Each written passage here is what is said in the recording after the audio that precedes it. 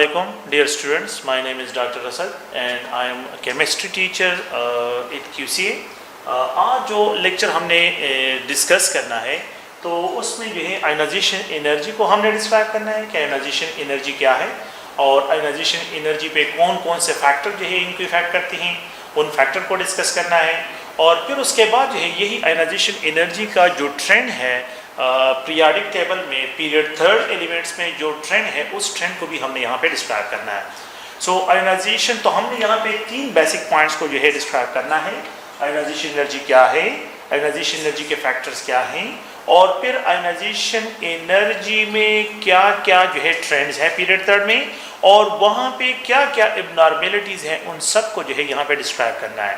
फिर उसके बाद हमने ये भी डिस्कस करना है कि आयनाइजेशन एनर्जी जो है वो इलेक्ट्रॉनिक कन्फिग्रेशन ये सारे फैक्टर जो है वो हमने जो है यहाँ पे इस पर डिस्क्राइब करने हैं। So the first of all जो है आयनाइजेशन एनर्जी है क्या। Ionisation energy is the amount of energy required to detach an electron from the outer most shell of a gaseous atom. ये पहला पॉइंट आप लोगों ने जहन में बिल्कुल जो है याद रखना है कि atom must be in gaseous state. ये गैसियस स्टेट में होना चाहिए कि एटम हो और वो गैसियस स्टेट में होगा तो आयनाइजेशन पोटेंशियल उस टाइम डिस्क्राइब होगी। अगर किसी जगह पे जो है यहाँ पे एक स्टेट को रिप्रेजेंट नहीं किया है तो ये रॉन्ग जो है आप लोगों के पास आयनाइजेशन पोटेंशियल इसको मैं नहीं कहूँगा। अगर यहाँ पे एल लिखा हो और इसके साथ आयनाइजेशन पोटेंशियल गलत है। अगर किसी जगह पे यहाँ पे सॉलिड लिखा हो, एस लिखा हो और उसके साथ आयनाइजेशन पोटेंशियल वो भी गलत होगा। आप लोगों ने बिल्कुल ये पॉइंट याद रखना है कि आयनाइजेशन पोटेंशियल उस टाइम डिस्क्राइब होगी जब एक एलिमेंट गिवन हो और उस एलिमेंट के साथ यहाँ पे स्टेट जो है ये गैसियस स्टेट हो तो ये गैसियस स्टेट इसके लिए मस्ट है। सो हमने यहाँ पे इसको डिस्क्राइब करना है कि the amount of energy required to detach an electron from the outer most shell of a gaseous atom, that amount of energy is known as, उसको हम क्या रिप्रेजेंट करते हैं, उसको हम आयनाइजेशन पोटेंशियल एनर्जी से डिस्क्राइब करते हैं। ये अगर आप लोग देखिए ये न्यूक्लियस है, यहाँ पे जो है एक इलेक्ट्रॉन जो है यहाँ पे आउटर मोस्ट शेल में इलेक्ट्रॉन जो है ये प्रेजेंट है। यहाँ पे इन दोनों के दरमियान अट्रैक्टिव फोर्सेस है, न्यूक्लियर एनर्जी है यहाँ पे न्यूक्लियस और इस इलेक्ट्रॉन के दरमियान अट्रैक्टिव फोर्सेस प्रेजेंट है। मैंने बाहर से एनर्जी इसमें ऐड करी है लेकिन ये एटम जिसमें मैं एनर्जी ऐड कर रहा हूँ it must be present in gaseous state, ये गैसियस स्टेट में होना चाहिए।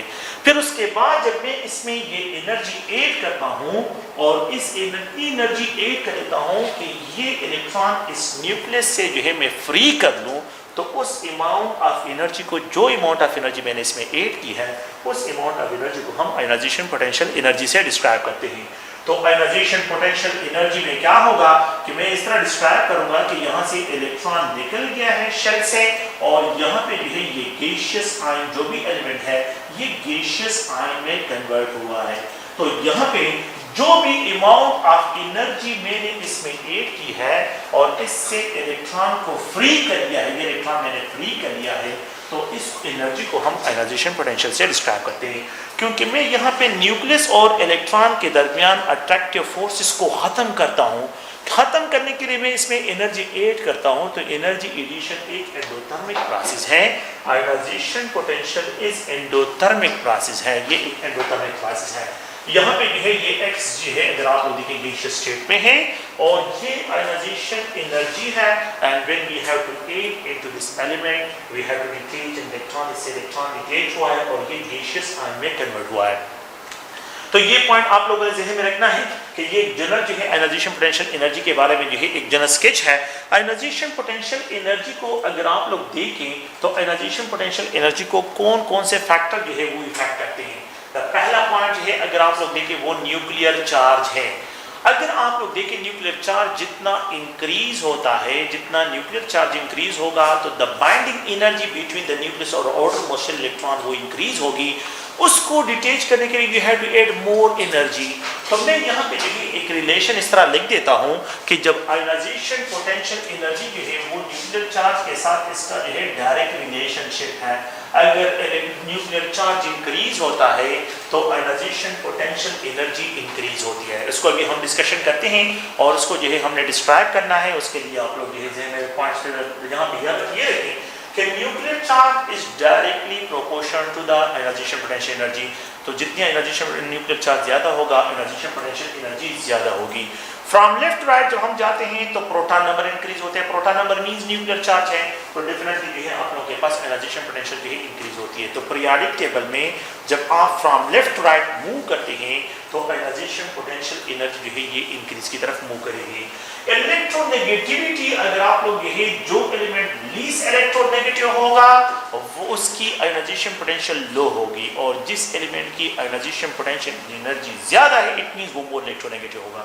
तो electronegativity have also direct relationship with the ionisation potential. इसको भी अभी हम जो है डिस्क्राइब करते हैं पीरियड्स में, और कॉलम वाइज भी इसको डिस्क्राइब करते हैं आप लोगों को, जो ट्रेंड में मैं डिस्क्राइब करता हूँ।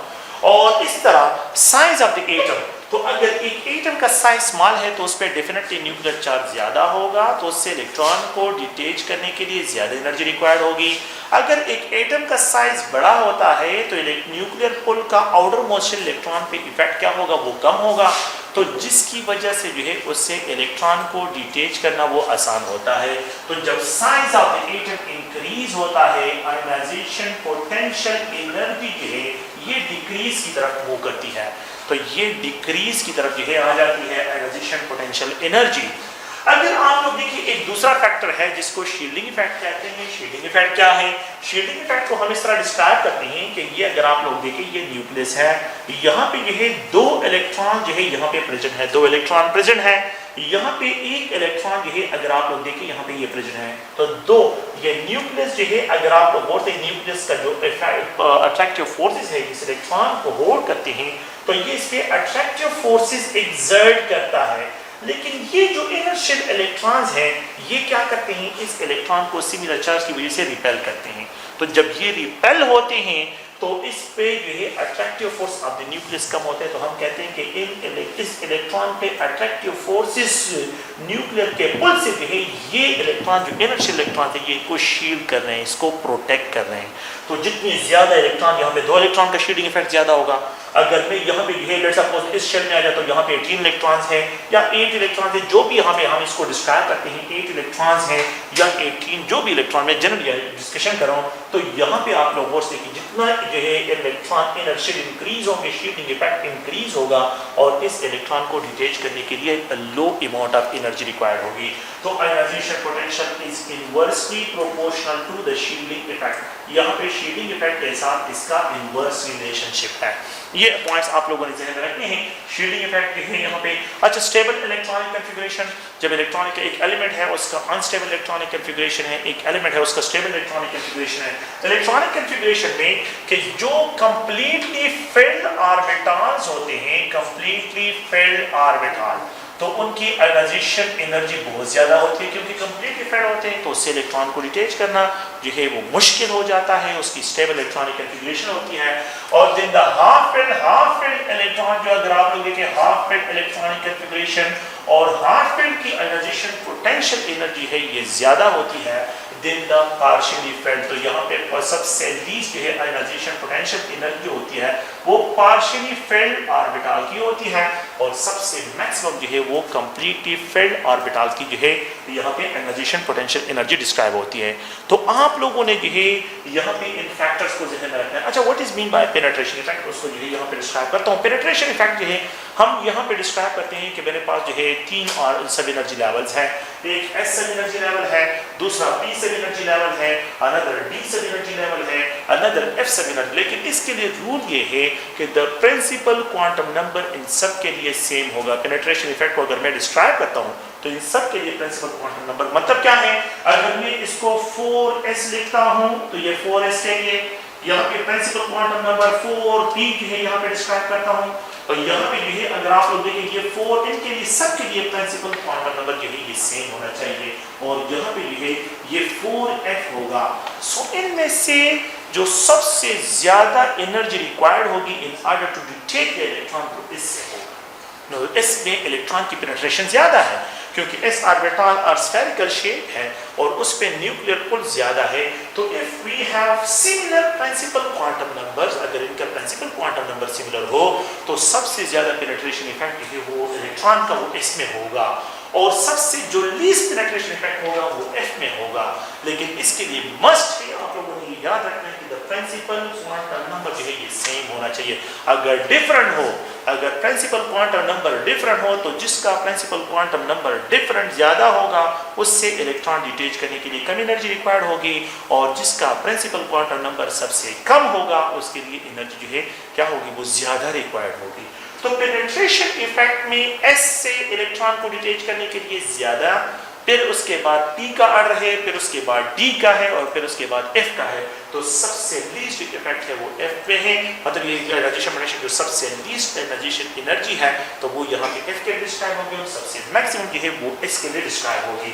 तो ये तो जनरल जो है इसके क्या है, अगर आप लोग गौर से देखिए इसके फैक्टर्स है, तो पेनिट्रेशन इफेक्ट में आप लोगों ने ज़हन में रखना है कि जिसका प्रिंसिपल क्वांटम नंबर सेम हो उस केस में जो है आप लोगों ने ये पॉइंट याद रखना है। अगर आप लोग गौर से देखें, हम यहाँ पे अब पीरियड थर्ड एलिमेंट्स की तरफ आते हैं, और पीरियड थर्ड एलिमेंट्स को जो है यहाँ पे जो है मेंशन करते हैं, और उनकी आयोनाइजेशन पोटेंशियल एनर्जीज को में जो ट्रेंड्स हैं उनको भी डिस्कस करते हैं। तो अब यहाँ पे जो है अगर आप लोग गौर से देखें, ये पीरियड थर्ड एलिमेंट्स जो है उनमें ट्रेंड्स पीरियड थर्ड एलिमेंट्स, और उसमें आयोनाइजेशन पोटेंशियल में क्या क्या ट्रेंड्स हैं एलिमेंट्स ट्रेंड उनको जो है डिस्क्राइब करते हैं। तो हमारे पास यहाँ पे एक सोडियम मेटल है, यहाँ पे अगर आप देखें मैग्नीशियम है, फिर उसके बाद एल्यूमिनियम है, यहाँ पे अगर आप देखें सिलिकॉन है, फिर उसके बाद अगर आप देखें फास्फोरस है, सिलिकॉन है ये, और यहाँ पे फास्फोरस, सल्फर है, क्लोरीन है, और यहाँ पे आर्गन है। ये एलिमेंट्स हैं, 8 एलिमेंट्स हैं, और हमने यही पीरियड थर्ड एलिमेंट्स के जो ट्रेंड्स हैं उनको जो है यहाँ पे डिस्क्राइब करना है। सोडियम मेटल की जो आयोनाइजेशन पोटेंशियल एनर्जी है, ionization potential energy for the sodium metal अगर आप लोग गौर से देखें तो इट इज राउंड अबाउट ये 496 किलो जूल पर मोल है। तो मैं यहाँ पे किलो जूल पर मोल जो है यहाँ पे इसके साथ ये यूनिट लिख रहा हूँ, और बाकी जो है आप लोग प्लीज है मैं सिर्फ जो है वैल्यूज लिख रहा हूँ 496। देयर इज नो नीड कि आप लोग इन वैल्यूज को रटा करें, मैं सिर्फ जो है आप लोगों को ये क्लियर करना कि ये एक्सपेरिमेंटल वैल्यूज हैं, और ये एक्सपेरिमेंटल वैल्यूज गिवन है, आप लोगों ने सिर्फ ट्रेंड्स को जहन में रखना है। देयर इज नो नीड, अक्सर स्टूडेंट्स क्वेश्चन करते हैं कि हमें ये वैल्यू याद रखनी, नहीं, आप लोगों ने सिर्फ जो है ये ट्रेंड्स देखना है कि जब मैं from left to right move करता हूँ तो मेरे पास एनर्जेशन पोटेंशियल इंक्रीज आ रहा है या डिक्रीज आ रहा है, मैं from top to bottom move करता हूँ तो मेरे पास एनर्जेशन पोटेंशियल में क्या चेंजेस आ रहे हैं। मैंने दो किस्म के ट्रेंड देखने हैं, मैंने कॉलम वाइज देखना है, ये आप लोगों से क्वेश्चन है, मैंने पीरियड वाइज देखना है, पीरियड वाइज, या मैंने कॉलम और पीरियड को मिक्स करना है। तो दो किस्म के कॉलम वाइज देखना है, यहाँ पे जो है पीरियड वाइज देखना है कि पीरियड वाइज क्या है, और या पीरियड और कॉलम दोनों को मिक्स करके उसके बेस पे जो है मैंने डिसाइड करना है कि किसकी आयोनाइजेशन पोटेंशियल एनर्जी ज्यादा होगी। तो ये सोडियम है, इसके हैविंग 496 किलो जूल पर मोल एनर्जी है। मैग्नीशियम की अगर आप लोग देखें तो ये 738 जो है 738 किलो जूल पर मोल इसके लिए एनर्जी रिक्वायर्ड होती है। तो ये किलो जूल पर मोल मैंने यहाँ पे यूनिट लिखा है, तो 738 किलो जूल। एल्यूमिनियम के लिए अगर आप लोग गौर से देखें तो एल्यूमिनियम के लिए यहाँ पे जो एनर्जी है तो ये 578 किलो जूल पर मोल एनर्जी इसके लिए रिक्वायर्ड होती है। 578 किलो जूल पर मोल जो है ये एल्यूमिनियम के लिए जो है ये एनर्जी रिक्वायर्ड होती है in order to detach electron के इलेक्ट्रॉन को यहाँ से डिटेच करें। सिलिकॉन की आयोनाइजेशन पोटेंशियल एनर्जी है, तो अगर आप लोग गौर से देखिए तो ये राउंड अबाउट जो है यहाँ पे 789 किलो जूल पर मोल इसकी एनर्जी है, 789 किलो जूल पर मोल। और फास्फोरस को अगर आप लोग देखें ये 1012 किलो जूल पर मोल एनर्जी है। अगर आप लोग सल्फर को देखें तो सल्फर के लिए 1000 किलो जूल पर मोल एनर्जी जो है यहाँ पे इसके लिए रिक्वायर्ड होती है। ये जो है वो एनर्जी है, देखें सल्फर के लिए 1000 किलो जूल, फास्फोरस के लिए 1012 किलो जूल, सिलिकॉन के लिए 789। क्लोरीन को अगर आप लोग देखें क्लोरीन की जो एनर्जी है तो द एनर्जी ऑफ क्लोरीन जो है यहाँ पे जो हम डिस्क्राइब करते हैं तो ये अराउंड 1200 जो है 1251 किलो जूल पर मोल एनर्जी है। और आर्गन के लिए अगर आप लोग देखें तो ये 1521 किलो जूल पर मोल जो है इसकी एनर्जी डिस्क्राइब होती है। तो आप लोग गौर से देखें कि यहाँ पे जो है 496, यहाँ पे 738, 578, 700। अगर आप लोग देखें यहाँ से यहाँ तक तो इंक्रीज आ रहा है, लेकिन फिर यहाँ पे डिक्रीज आ रहा है, फिर यहाँ पे जो है एक इब्नॉर्मलिटी जो है, otherwise the abnormal increase in the ionization potential, ये इब्नॉर्मल है, यहाँ पे जो है इंक्रीज आ गया फिर डिक्रीज आ रहा है। मैं तो ये एक्सपेक्ट कर रहा हूँ कि यहाँ पे फ्रॉम लेफ्ट राइट जब मैं मूव कर रहा हूँ तो एनाइजेशन पोटेंशियल एनर्जी तो इंक्रीज होना चाहिए, लेकिन यहाँ पे पहले इंक्रीज फिर डिक्रीज, फिर यहाँ पे इंक्रीज आ रहा है, फिर यहाँ पे इंक्रीज आ गया, लेकिन फिर डिक्रीज आ रहा है। अगर आप लोग देखें तो फास्फोरस की एनाइजेशन पोटेंशियल एनर्जी जो है ये क्या है, ये सल्फर से ज्यादा है। एक्सपेक्टेशन तो ये है कि सल्फर की जो है ज्यादा होनी चाहिए क्योंकि वहां पे न्यूक्लियर पुल ज्यादा होगा, न्यूक्लियर चार्ज ज्यादा है। फिर अगर आप लोग देखें तो फिर यहाँ पे कोई मसला नहीं है, रेगुलर ट्रेंड है 1000 से 1251 और यहाँ पे 1521 किलो जूल पर मोल एनर्जी जो है यहाँ पे इसके लिए रिक्वायर्ड होती है। ओके, सो द पॉइंट ये है कि सोडियम मेटल जो होते हैं तो metal have low ionisation potential energy, metal have low ionisation potential energy, metal have सबसे लीस्ट है। अगर आप लोग इसमें देखें इस साइड पे ये मेटल्स है, उस साइड पे ये नॉन मेटल्स है, तो जनरल ये है कि metals have low ionisation potential while non metal. मैं जनरल ट्रेंड यहाँ पे ये लिख रहा हूँ कि आप लोगों ने जो है ये ध्यान में रखना है कि नॉन मेटल और मेटल में डिफरेंशिएट करना है। लेकिन जनरल ट्रेंड ये हो गया कि non metals have high ionisation potential while metals have low ionization potential, while metals have low ionization potential, non-metals have high ionization potential while metals have low ionization potential। तो ये पहली पहचान है। अगर आपको कोई ये कहे कि पीरियोडिक टेबल में एक एलिमेंट है और वो लो आयनाइजेशन पोटेंशियल एनर्जी का है तो वो कौन सी साइड पे होगा, वो मेटालिक बिहेवियर शो करेगा या नॉन मेटालिक बिहेवियर शो करेगा। तो डेफिनेटली आपके जहन में ये क्वेश्चन आना चाहिए कि अगर एक एलिमेंट है और उसकी आयनाइजेशन पोटेंशियल जो है वो लो है तो डेफिनेटली वो मेटल के साइड पे होगा। अगर आपको ये कहा जाए कि एक एलिमेंट है उसका आयनाइजेशन पोटेंशियल बहुत ज्यादा है और वो बहुत ज्यादा जो है उसकी आयनाइजेशन पोटेंशियल एनर्जी जो है तो डेफिनेटली वो नॉन मेटल के साइड पे होगा। अच्छा, तो यहाँ पे दूसरा पॉइंट क्या है, एक जो इंटरेस्टिंग पॉइंट है वो भी आप लोग ध्यान में रखें कि जिन एलिमेंट्स की लो आयनाइजेशन पोटेंशियल होती है तो they are good reducing agent. Electrochemistry में भी यहाँ आप लोगों ने पढ़ना है कि ये गुड रिड्यूसिंग एजेंट होते हैं, ये दूसरों को इलेक्ट्रॉन देते हैं, इनका रिडक्शन पोटेंशियल नेगेटिव होता है, इनका ऑक्सीडेशन पोटेंशियल पॉजिटिव होता है। और जिन एलिमेंट्स का आयनाइजेशन पोटेंशियल जो है वो हाई होता है तो ये नॉन मेटल्स होते हैं, ये दूसरों से इलेक्ट्रॉन निकालते हैं, they act as oxidising agent, ये एज अ ऑक्सीडाइजिंग एजेंट काम करते हैं, दूसरों से इलेक्ट्रॉन निकालते हैं। अच्छा, तो अगर मैं आपको ये कहूं कि मेरे पास एक एलिमेंट है वो लो आयनाइजेशन पोटेंशियल का है, दूसरा एक एलिमेंट है वो हाई आयनाइजेशन पोटेंशियल का है, अगर मैं आपको ये कहूं कि ये दोनों मैं कंबाइन कर लेता हूं और इससे XY प्रोडक्ट बन गए तो what will be the expected bond, इनके दरमियान क्या एक्सपेक्टेड बॉन्ड होगा। अगर एक लो है और दूसरा हाई है और इन दोनों को मैं मिक्स करता हूं तो डेफिनेटली आयनिक बॉन्ड की तरफ हम मूव करेंगे। The compound will be described as ionic compound, ये कंपाउंड जो होगा ये आयनिक कंपाउंड होगा।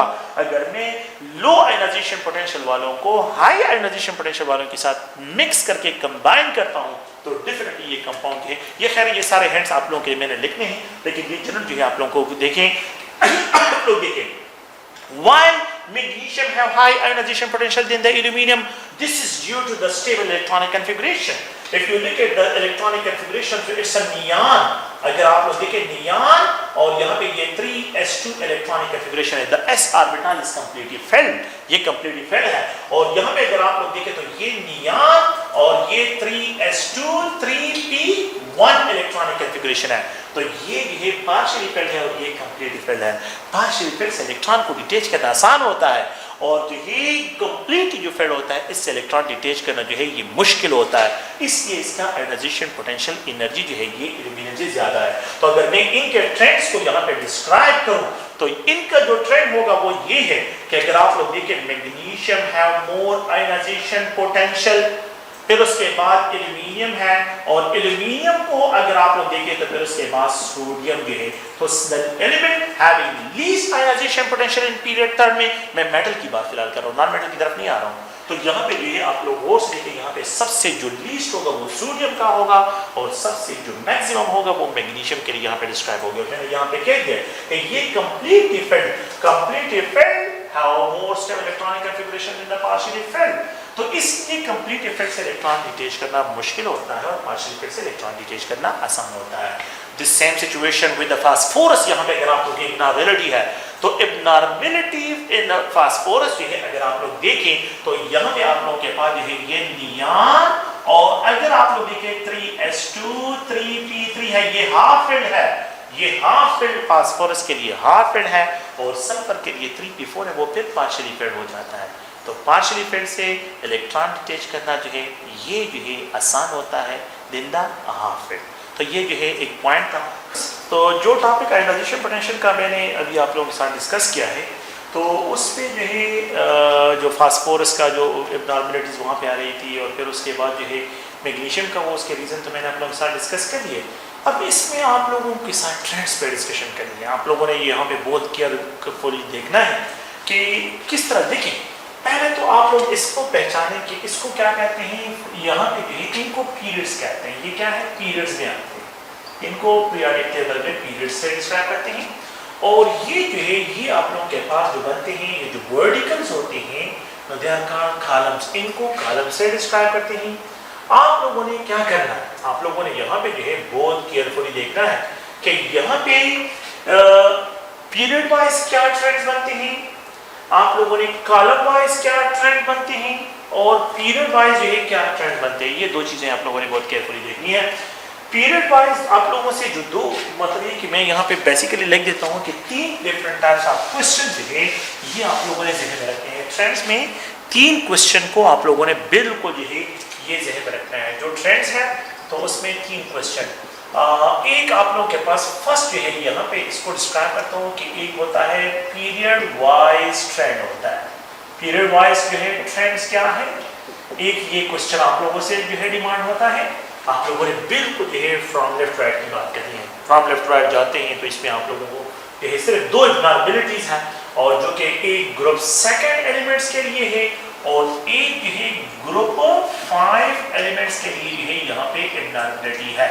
बाकी एबनॉर्मलिटी नहीं है, सिर्फ जो है इन 2 एलिमेंट्स की एबनॉर्मलिटीज जो आप लोगों ने ध्यान रखनी है। सेकंड पॉइंट यहाँ पे आप लोगों ने देखना है कि कॉलम वाइज क्या जो है आप लोगों के पास क्या है। कॉलम वाइज है, कॉलम्स जो है अगर आप लोग देखें कॉलम वाइज जो है क्या ट्रेंड्स हैं।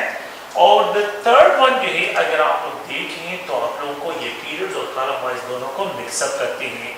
तो पीरियड वाइज जो ट्रेंड्स होते हैं और कॉलम वाइज जो है इन दोनों को मिक्सअप करते हैं। फिर उसके बाद आप लोगों से क्वेश्चन डिमांड होती है कि आप लोग ये क्वेश्चन को सॉल्व करें। तो सिर्फ इन 2 को आप लोग ज़हन में रखें कि जिसमें एबनॉर्मलिटीज़ है, बाकी में किसी में एबनॉर्मलिटीज़ नहीं है। लेकिन ये है कि आप लोगों ने अगर वो कॉलम्स और पीरियड्स को मिक्सअप करते हैं तो आप लोगों ने इसको ज़हन में रखना है। ओके, सो यहाँ पे कुछ मॉडल क्वेश्चन है जिसको मैंने यहाँ पे नोट किया हुआ है। यहाँ पे लिखा हुआ है डायरेक्टली कि elements having maximum ionisation energy, कि ऐसे एलिमेंट इसने आइडेंटिफाई करें कि इनमें से कौन सा। तो पहला क्वेश्चन तो यहाँ पे जो है अगर आप लोग देखें तो ये जो है अगर आप लोग नोट्स देखें ये मैंने लिखा है ए सोडियम मेटल, एल्यूमिनियम है, सिलिकॉन है, फास्फोरस। देखिए सोडियम ये है, एल्यूमिनियम ये है, सिलिकॉन ये है, फास्फोरस ये है।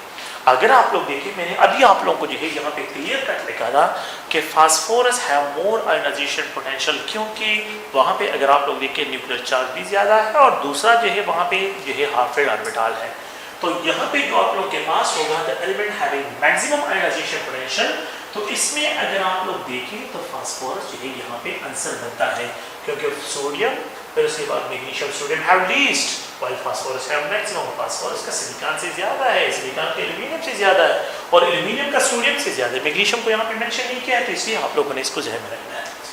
द सेकंड क्वेश्चन जो है अगर आप लोग देखें तो the element having maximum ionization potential energy, कि इसमें से कौन से एलिमेंट की आयोनाइजेशन पोटेंशियल एनर्जी मैक्सिमम है। अब आप लोग देखें एक बेरिलियम है, यहाँ पे है बेरिलियम, सोडियम ये है, अगर आप लोग देखें पोटाशियम ये है, ये पोटाशियम है, ये सोडियम है, ये बेरिलियम है, और द लास्ट वन ये है अगर आप लोग देखें तो वो लिथियम है। आप लोग थोड़ा सा और से देखिए ये बिल्कुल एल शेप ट्रेंड है, एल शेप बिल्कुल जो है अगर आप देखें तो यहाँ पे जो है फ्रॉम टॉप टू बॉटम और इस टाइम पे तो बिल्कुल ये एल शेप ट्रेंड है।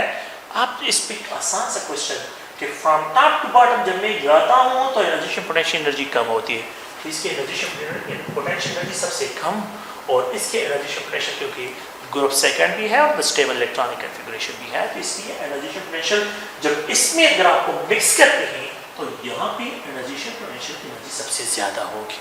सो element having maximum energy potential energy will be for the beryllium, यहाँ पे इसको बेरिलियम से डिस्क्राइब करते हैं।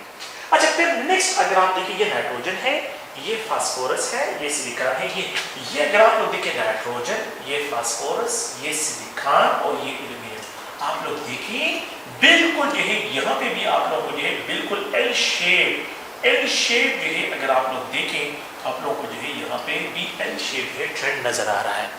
आप लोग देखें एल्यूमिनियम, सिलिकॉन, फास्फोरस, इन तीनों नाइट्रोजन को इग्नोर करें तो इन तीनों में सबसे ज्यादा आयोनाइजेशन पोटेंशियल एनर्जी जो है वो इन तीनों की अगर मैं बात करूँ तो फास्फोरस की है, फिर उसके बाद सिलिकॉन, फिर एल्यूमिनियम की। लेकिन फास्फोरस का साइज नाइट्रोजन से क्या है, वो ज्यादा है, इसलिए इससे इलेक्ट्रॉन डिटेच करना आसान है और इससे इलेक्ट्रॉन डिटेच करना सबसे मुश्किल है। तो अगर मैं इस तरह का ट्रेंड देखूं जिसमें पीरियड और कॉलम को मिक्स किया गया है और एल शेप, तो सबसे ज्यादा आयोनाइजेशन पोटेंशियल एनर्जी है यहाँ पे अगर आप लोग देखें तो नाइट्रोजन के लिए डिस्क्राइब होगी। अच्छा, अब एक और पॉइंट की तरफ आते हैं, वो भी अगर आप लोग थोड़ा सा और से देखें तो ये जो है आप लोगों के पास डिफरेंट टाइप्स ऑफ ट्रेंड के लिए यहाँ पे मैंने एक और पॉइंट यहाँ पे लिखा है इलेक्ट्रॉनिक कॉन्फ़िगरेशन, तो the element having maximum ionisation energy. अब यहाँ पे अगर आप इलेक्ट्रॉनिक कॉन्फ़िगरेशन के बेस पे एक आइडिया लेते हैं और उसको जो है सोडियम है तो सोडियम का इलेक्ट्रॉनिक कॉन्फ़िगरेशन सोडियम आयन, तो ये नियान की इलेक्ट्रॉनिक कॉन्फ़िगरेशन 3s0 है। अगर आप मैग्नीशियम को देखें तो यहाँ पे मैग्नीशियम ऑलरेडी ये गैसियस आयन है, ये ऑलरेडी गैसियस आयन है। अब मैंने यहाँ पे जो है डिस्क्राइब करना है कि इनमें से जो है कौन से एलिमेंट गैसियस आयन की आयोनाइजेशन पोटेंशियल एनर्जी सबसे ज्यादा है, ये ईगा के पेपर में प्रेजेंट भी है। तो अगर आप लोग देखें तो ये जो है नियान और ये 3s1 इसकी इलेक्ट्रॉनिक कॉन्फ़िगरेशन है, और यहाँ पे भी है अगर आप लोग देखें तो ये एल्यूमिनियम है, एल्यूमिनियम और एल्यूमिनियम के लिए नियान 3s2 3p0 क्योंकि इससे इलेक्ट्रॉन रिमूव हुआ है। और यहाँ पे अगर आप लोग देखें सिलिकॉन के लिए ये नियान है, और अगर आप देखें तो ये 3s2 और 3p1 इसकी इलेक्ट्रॉनिक कॉन्फ़िगरेशन है। The most stable electronic configuration in ions में जो है वो सोडियम की है, क्योंकि ये नोबल गैस इलेक्ट्रॉनिक है। तो अगर नोबल गैस इलेक्ट्रॉनिक कॉन्फ़िगरेशन एक एलिमेंट एक्वायर करता है तो फिर उससे इलेक्ट्रॉन डिटेच करना बहुत मुश्किल हो जाता है। तो आप लोग देखें कि यहाँ पे जो है सबसे ज्यादा आयोनाइजेशन पोटेंशियल इन आयंस में आप लोगों ने देखना है कि किसकी इलेक्ट्रॉनिक कॉन्फ़िगरेशन जो है वो मोस्ट स्टेबल है। तो जिस आयन की इलेक्ट्रॉनिक कॉन्फ़िगरेशन स्टेबल होगी उससे इलेक्ट्रॉन को डिटेच करने के लिए ज़्यादा से ज़्यादा एनर्जी रिक्वायर्ड होगी। तो यहाँ पे ये सोडियम गैसियस आयन से electron second ionization potential energy इसकी बहुत ज़्यादा होगी। तो यहाँ पे आप लोगों ने भी ये पॉइंट याद रखना है। अच्छा, एक और क्वेश्चन है यहाँ पे जो है मैं लिख देता हूँ, और वो क्वेश्चन भी आप लोगों ने थोड़ा सा और से देखना है। और वो क्वेश्चन क्या है, वो क्वेश्चन ये है कि अगर आप लोग देखें वो क्वेश्चन जो यहाँ पे मैं मेंशन करता हूँ वो ये है कि एलिमेंट हैविंग जो है मैक्सिमम आयोनाइजेशन पोटेंशियल, मैं यहाँ पे एलिमेंट को मेंशन नहीं कर रहा हूँ, मैं यहाँ पे इलेक्ट्रॉनिक कॉन्फ़िगरेशन को मेंशन कर रहा हूँ। तो यहाँ पे ए है, ये बी है, ये सी है और ये डी है। आपने क्या करना है, प्रिंसिपल क्वांटम नंबर को भी देखना है और स्टेबल इलेक्ट्रॉनिक कॉन्फ़िगरेशन को भी देखना है। मैं यहाँ पे लिख देता हूँ, अगर आप देखें नियान और यहाँ पे जो है ये 3s1 है, यहाँ पे जो है ये नियान और अगर आप लोग देखें तो 3s2 है, यहाँ पे अगर आप लोग देखें नियान और यहाँ पे जो है अगर आप देखें तो ये 3s2 3p2 इलेक्ट्रॉनिक कॉन्फ़िगरेशन है। Which of the following element have maximum ionization potential energy? तो अगर आप लोगों को एलिमेंट गिवन ना हो और इलेक्ट्रॉनिक कॉन्फ़िगरेशन गिवन हो तो आपने क्या करना है, इसमें the most stable electronic configuration को पॉइंट आउट करना है कि which of the following is the most stable electronic configuration. तो मैं यहाँ पे एक और इलेक्ट्रॉनिक कॉन्फ़िगरेशन को 1s2 2s2 एंड 2p, ये है यहाँ पे अगर आप लोग देखें p4 2p3 इलेक्ट्रॉनिक कॉन्फ़िगरेशन को भी यहाँ पे मेंशन कर रहा हूँ। तो 2p 1s2 2s2 2p3 electronic configuration को भी यहाँ पे मेंशन कर रहा हूँ। तो आप लोगों ने क्या करना है, आप लोगों ने यहाँ पे बहुत केयरफुली देखें, ये बिल्कुल इलेक्ट्रॉनिक कॉन्फ़िगरेशन सोडियम का ही है, ये इलेक्ट्रॉनिक कॉन्फ़िगरेशन जो है मैग्नीशियम का है। अगर आप लोग है यहाँ पे ये सोडियम के लिए है, ये अगर आप लोग देखें ये मैग्नीशियम के लिए है, ये इलेक्ट्रॉनिक कॉन्फ़िगरेशन जो है अगर आप लोग और देखें तो ये इलेक्ट्रॉनिक कॉन्फ़िगरेशन सिलिकॉन के लिए है, और ये इलेक्ट्रॉनिक कॉन्फ़िगरेशन जो है नाइट्रोजन के लिए है। एलिमेंट हैविंग जो है यहाँ पे ये नाइट्रोजन की इलेक्ट्रॉनिक कॉन्फ़िगरेशन है। तो इसका प्रिंसिपल क्वांटम नंबर देखिए ये 3, ये भी 3, ये भी 3, यहाँ भी ये 2 जो है इसका प्रिंसिपल क्वांटम नंबर है, सबसे small quantum number principal quantum number भी है और स्टेबल इलेक्ट्रॉनिक कॉन्फ़िगरेशन है। इसी वजह से जो है द आयोनाइजेशन पोटेंशियल जो है इलेक्ट्रॉनिक कॉन्फ़िगरेशन के बेस पे अगर मैं जो है यहाँ पे डिस्क्राइब करता हूँ तो उसमें द मेन पॉइंट क्या होगा, principal quantum number and electronic configuration, the most stable electronic configuration है, मैंने उसको जो है क्लिक करना है। तो यहाँ पे जो है आप लोगों के पास तो देखें आइंस के बेस पे गिवन हो, आइंस के बेस पे भी स्टेबल इलेक्ट्रॉनिक कॉन्फ़िगरेशन की तरफ जाएं। अगर आप लोगों को पीरियड वाइज गिवन हो तो ग्रुप 2 और ग्रुप 5 में जो है ये मसला है, और अगर इसके अलावा उन्होंने आइंस गिवन हो तो आइंस को आप लोगों ने इलेक्ट्रॉनिक कॉन्फ़िगरेशन के बेस पे डिसाइड करना है, और अगर आपको आइंस भी गिवन ना हो, एलिमेंट भी गिवन हो, सिर्फ इलेक्ट्रॉनिक कॉन्फ़िगरेशन गिवन हो तो फिर आप लोग इस पे डिसाइड करें कि यहाँ पे मैंने जो है कौन सा क्या सेलेक्ट करना है। आप लोगों ने जो है इन चीज़ों को फिर देखना है, ठीक है। इलेक्ट्रॉनिक कॉन्फ़िगरेशन देखिए 3s1, यहाँ पे ये 3s2, ये 3s2 3p2, और यहाँ पे आप देखिए ये 3s2 कंप्लीट डिफरेंट है, लेकिन ये 2p3 ये हाफ एड है। आप इसमें कंफ्यूजन है कि complete different is more stable than the half add, लेकिन प्रॉब्लम ये है कि यहाँ पे प्रिंसिपल क्वांटम नंबर 2 है और यहाँ पे प्रिंसिपल क्वांटम नंबर 3 है। तो जब प्रिंसिपल क्वांटम नंबर 3 होगा डेफिनेटली जो है उस पे न्यूक्लियर पोल कम होगा तो उससे इलेक्ट्रॉन को डिटैच करना आसान होगा। तो इसलिए सबसे ज्यादा जो इलेक्ट्रॉन आयोनाइजेशन पोटेंशियल जो है वो आप लोगों को रिक्वायर्ड होगी, तो वो इस जो कंपाउंड ए बी सी और डी में ऑप्शन है तो वो नाइट्रोजन के लिए यहाँ पे डिस्क्राइब करेंगे, ठीक है। तो ये क्वेश्चंस हैं, एमसीक्यू टाइप क्वेश्चंस हैं, इन क्वेश्चन को आप लोगों ने ज़हन में रखना है, और ये क्वेश्चन बहुत इंपॉर्टेंट क्वेश्चन जो है अगर आप प्रीवियस पेपर को देखें तो प्रीवियस पेपर में जो है ये क्वेश्चन प्रेजेंट है, ठीक है। तो अच्छा ये जो है मतलब ये आयोनाइजेशन पोटेंशियल एनर्जी से जो है रिलेटेड क्वेश्चंस हैं। इसके अलावा मैं यहाँ पे कुछ और पॉइंट्स को लिख देता हूँ कि यहाँ पे element having low ionisation potential, तो जिन एलिमेंट्स की जो है एलिमेंट्स जो है मैं यहाँ पे कुछ पॉइंट्स लिखता हूँ वो आप लोग ज़हन में रखें। एलिमेंट्स ये जनरल पॉइंट्स हैं, having low ionisation potential, low ionisation energy, तो they are first they are called metals, इनको मेटल्स कहते हैं, they are called metals. Metal जो होती हैं they have low ionisation potential, they have low electronegativity, low electronegativity, इनकी electronegativity क्या होगी, इलेक्ट्रोनेगेटिविटी जो है वो जो है बहुत ही लो होगी, इलेक्ट्रोनेगेटिविटी इनकी लो होगी। अच्छा द थर्ड वन ये है कि they are good reducing agent, they are good reducing agent, ये रिड्यूसिंग एजेंट का काम करते हैं, इलेक्ट्रोकेमिस्ट्री में पढ़ना है, इलेक्ट्रॉन को रिलीज करते हैं, दूसरों को इलेक्ट्रॉन प्रोवाइड करते हैं। They have high oxidation potential, the fourth point ये है they have high oxidation potential, इनका ऑक्सीडेशन पोटेंशियल क्या होगा, वो मैक्सिमम होगा।